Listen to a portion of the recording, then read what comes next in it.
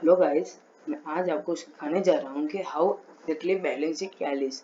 मैं स्कूल में इसे पहले से ऐसे सिखाया जा रहा है कि बैलेंस शीट टैली होगी ही अगर आपने दोनों इफेक्ट सही जगह पे डाली है तो बैलेंस शीट टैली होगी, वो राइट है। लेकिन इन प्रैक्टिकल वे मैं आज आपको समझाऊंगा कैसे, और उसमें इनकम स्टेटमेंट कैसे हेल्प करता है, राइट। ऐसा तो आपको पता ही होगा, और नहीं पता है तो लेट मी इन्फॉर्म यू कि हमेशा capital plus liabilities is always equal to asset, right.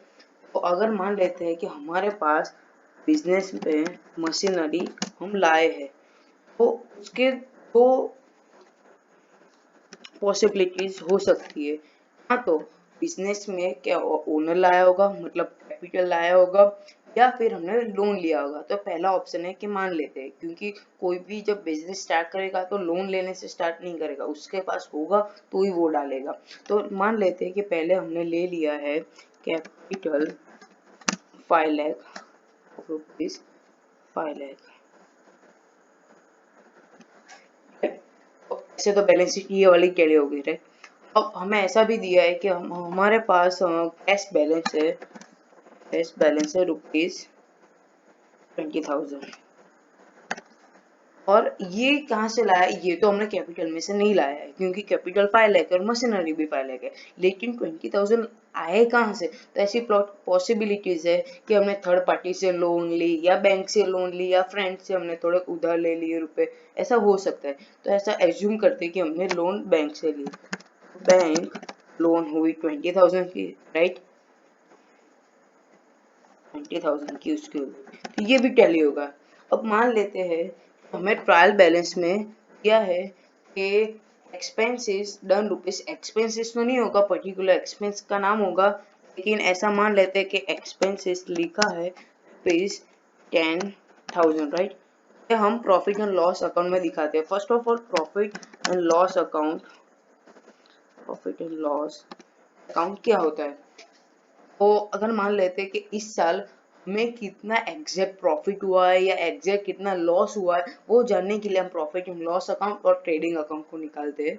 उससे हमें पता चलता है कि हमारा ग्रॉस प्रॉफिट कितना होता है, मतलब जो एग्जैक्ट होता है वो, बाद में कितना नेट प्रॉफिट होता है माइनस सारे एक्सपेंसेस वो, राइट। तो ट्रेडिंग अकाउंट और पीएनएल अकाउंट को हम बोलते हैं इनकम स्टेटमेंट, राइट। हमें अब प्रॉफिट एंड लॉस अकाउंट में दिया है एक्सपेंसेस रुपीज 10,000, राइट। तो अब ये एक्सपेंसेस हुए, और कैश अकाउंट मतलब ट्रायल बैलेंस में कैश अकाउंट दिया है 10,000।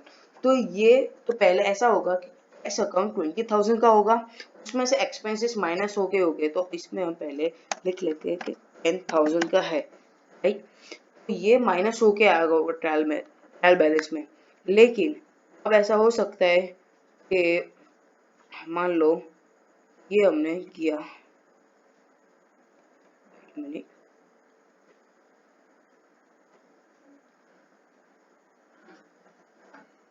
मान लो अब हमने इस साल हुआ net loss of rupees 10,000, right.